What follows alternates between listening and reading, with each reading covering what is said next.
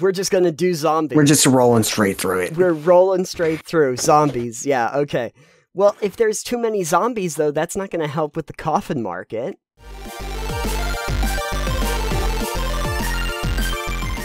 When TTRPG did a little bit of a sale, I picked up a few things I've been meaning to pick up while they were a little cheaper. One of them that I was really excited to pick up because I want to run it once I can figure out how to do that, and people who would want to actually play it, was Kids on Bikes. Right, you've been mentioning that you wanted to try that. Yes, it's very rules-light system, and it did come highly recommended from the people who had played it. And I understand why. Much faster and simpler and more story-driven in its execution. The general idea is being like a team of regular people that are in a small town and have to deal with all of the spooky weirdness that goes on in it, similar to... So, yeah. Stranger Things? It definitely has Stranger Things as an inspiration. I would say also, like, maybe E.T. or The Goonies or stuff like that. That genre of small but Stranger Things mysteries. For sure. Yeah.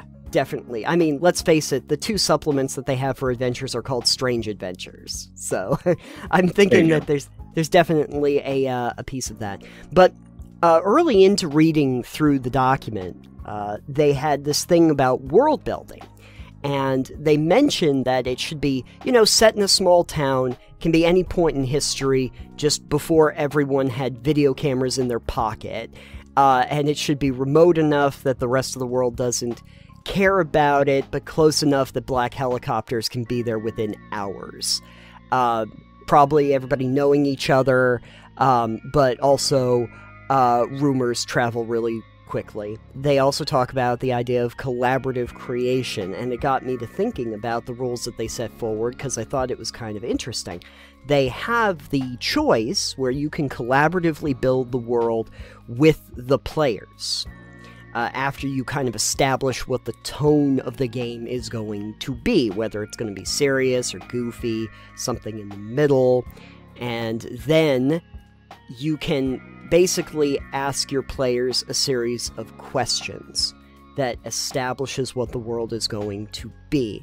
And this is, of course, after you've established what the era is and, what that scenario is going to be. They give a list of 8 questions that need to get answered. By each player or the group?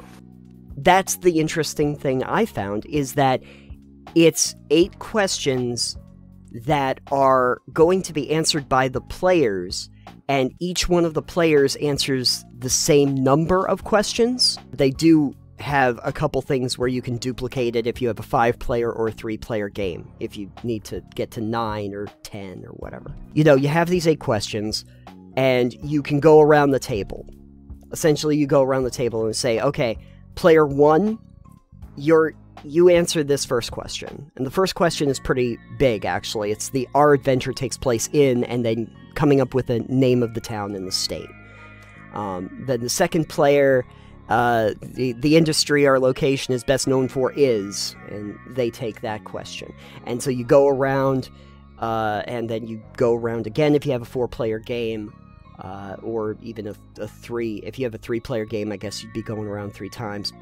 The idea that all the players equally are going to answer the same number of questions about the town to do that collaborative world building.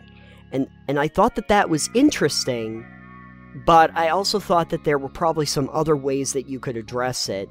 But first of all, my question to you, Alex, is what do you think about that kind of collaborative process of going around a table and having each player make a determination on certain aspects of the game? I think that's pretty neat, because then it gives each of the players a chance to give a little bit of input on the world, but not way more than another player. Sure. I think it's good to, especially get your group together on the same page as well. I think it's definitely useful. I like that a lot, actually. Once I kind of understood what they were going for, I thought that seemed like a perfectly reasonable thing, and it kind of gives everybody a little bit of a buy-in that is directly related to something that they input into it. When I originally saw it, though, my thought process was that we'd go through each one of those questions and collaboratively talk about it. What is the name of our town and state going to be? And then we'd all discuss that and come up with the best answer. And then another part of me was like, maybe we roll dice to determine which questions we're going to answer, and then everybody just answers one of them. To determine that, depending on how much you really want to do. There's also one interesting thing that I liked that I don't think I would make any changes to. It says, after constructing the town, each player shares one rumor about the town. So regardless of how you're building the world, or even if you do the collaborative world building, I like the idea of each player coming up with a rumor of the town once you have established what that town is. A lot of ways to generate plot hooks there.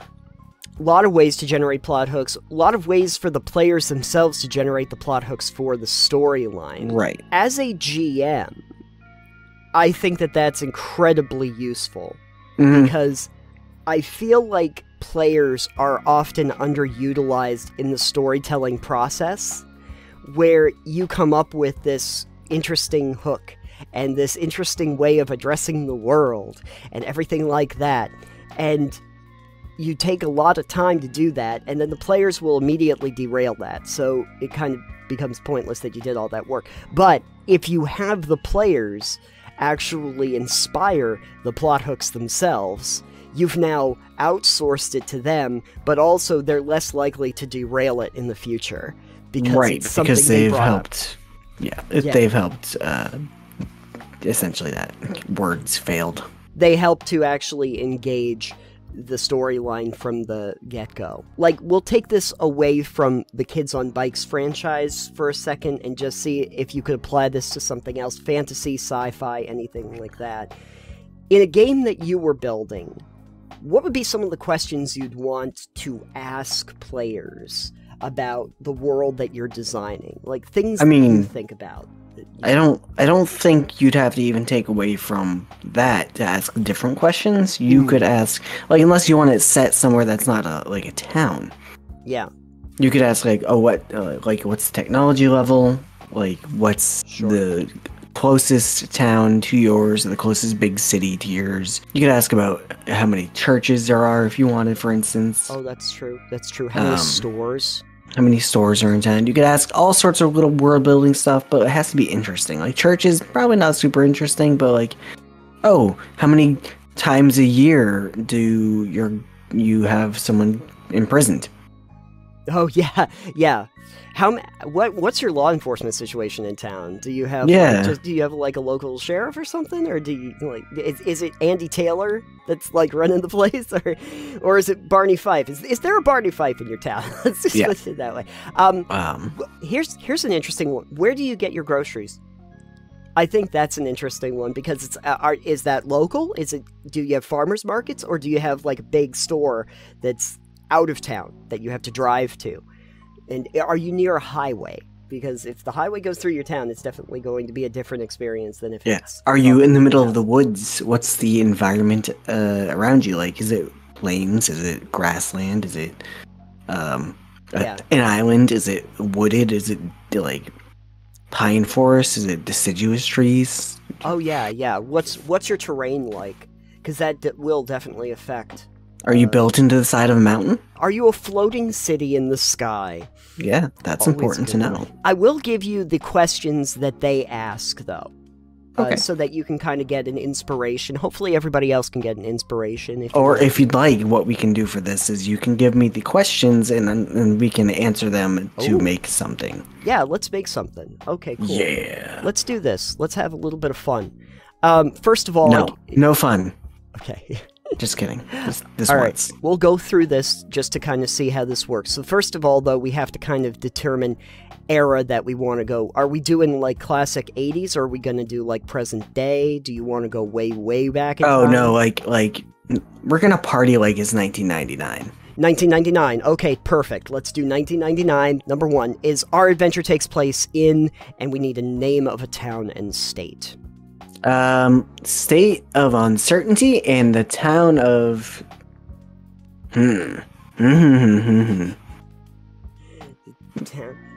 Town of Timbuk3. Oh, that was a band. Timbuk3. Timbuk3, yeah. Damn. Okay, no using band names. That was Timbuk3. Future So Bright and Gotta Wear Shades, I believe. That's the. I have no idea. Okay, great. Okay, so we need a name of a town. Oh, jeez. Requiem. Requiem? That's a great, foreboding name for a town. Isn't it? In the state of uncertainty. State of uncertainty. We're in limbo. Okay, so we got Requiem. Okay, number 2. The industry our location is best known for is... What are you thinking? Industry? Yeah. Requiem is known for coffins. We have a thriving coffin industry. Yeah, thriving funeral, embalming and coffin industry. This already sounds like a really foreboding kind of campaign that we're making. Okay, well, I don't know if this kind of translates into number 3, but 3, our town is famous for... Our life expectancy. Our life expectancy. Yeah, it's very high. Our life expectancy is very high, but we make a lot of coffins. Or you could be very well known for your craftsmanship. We could be known for it. We could be famous for our craftsmanship in the coffins. No, number 4, though, is our town is infamous for. Oh, the undead. We're just gonna do zombies. We're just rolling straight through it. We're rolling straight through. Zombies, yeah, okay.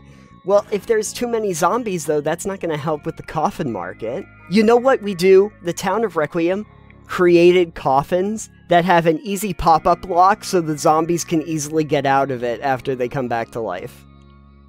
We created like little escape hatches that go right into it so that they can come out easily. Is that what we did, or did we design coffins that lock the body inside?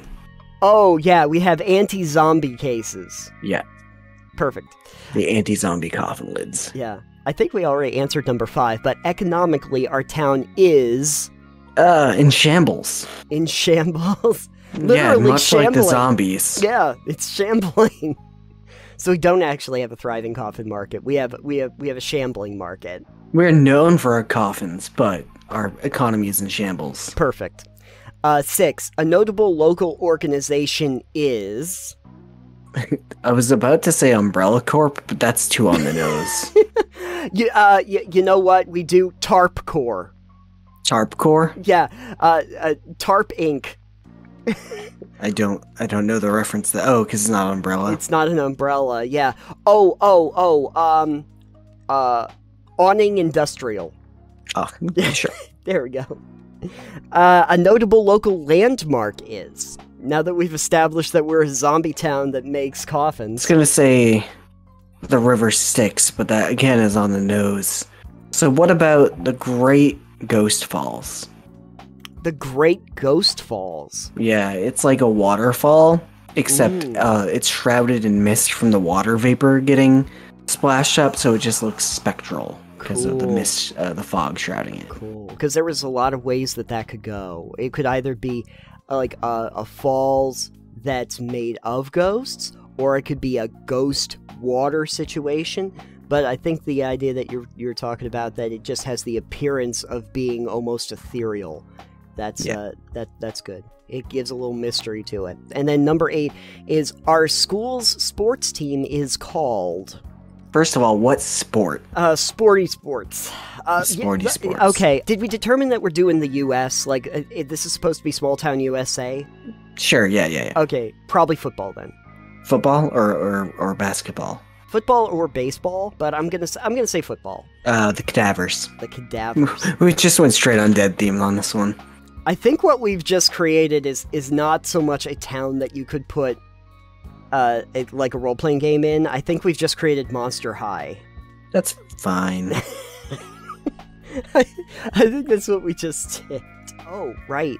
Now that we've constructed the town, though, we have to share a rumor about it. We each have to come up with a rumor. People are going missing from the local inn. Gee, I can't imagine what that might be about. Yes, I can't either. The mayor of the town had a book of necromancy in his desk. That's more than just a rumor, because that would mean someone snooped. No. We just somebody said that they saw inside of it. Somebody said that they saw inside the desk and swears that there's a book in there about raising the dead. Maybe the mayor is not particularly popular and wants to really pad out the crowds at his rallies. But anyway, that's fair. Anyway, there's a little bit of a rumor that if you were to go to the mayor's place, in his desk, in a locked drawer, there's a book of necromancy in there. Pat from accounting swears that she saw like the glint of a book cover in there. So I feel like we're gonna need a synopsis on screen after we did that, just of the entire town rundown, just a little. Yeah. Like, here you go. Here's what we built. Have fun with it. Let us know if you play a game with this. Yeah, let us know if Requiem, this lovely town of undead coffin makers, is the kind of town that you'd like to build. That would be fun. So, do you have a positive view of the idea of doing a collaborative world building as opposed to the person running the game just building the game from scratch and having people run inside of it? I think it could be fun. I think it's definitely interesting the way that is set up, where the world was, basically, this is what the town and what your situation is like. So I think the players building that will definitely make them more invested. Sure.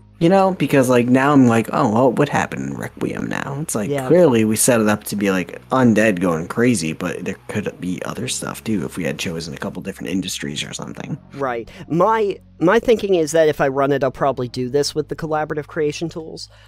For a couple reasons. One, because I don't really have any strong idea of what I'd want a campaign to be or what I want my town to be. But two, because I like the idea that with the players actually helping to build it, they are going to be far more invested once we actually start playing, because they then also, not only did they help to create it, but they also have a little bit of knowledge about the town already. Like, they're already part of it and are already sort of aware of the ins and outs of what's there. What town we create at that point, everybody? Will it be Requiem? Will it be our coffin-making zombies? No, at that point, no, it won't be. It'll be the town of Sisyphus. And the landmark is a giant boulder that just kind of sits ever so precariously on top of a hill right over the town? Yeah. Perfect. Do you have any ideas for collaborative world building that you utilize in your games? If you do, let us know in the comments down below.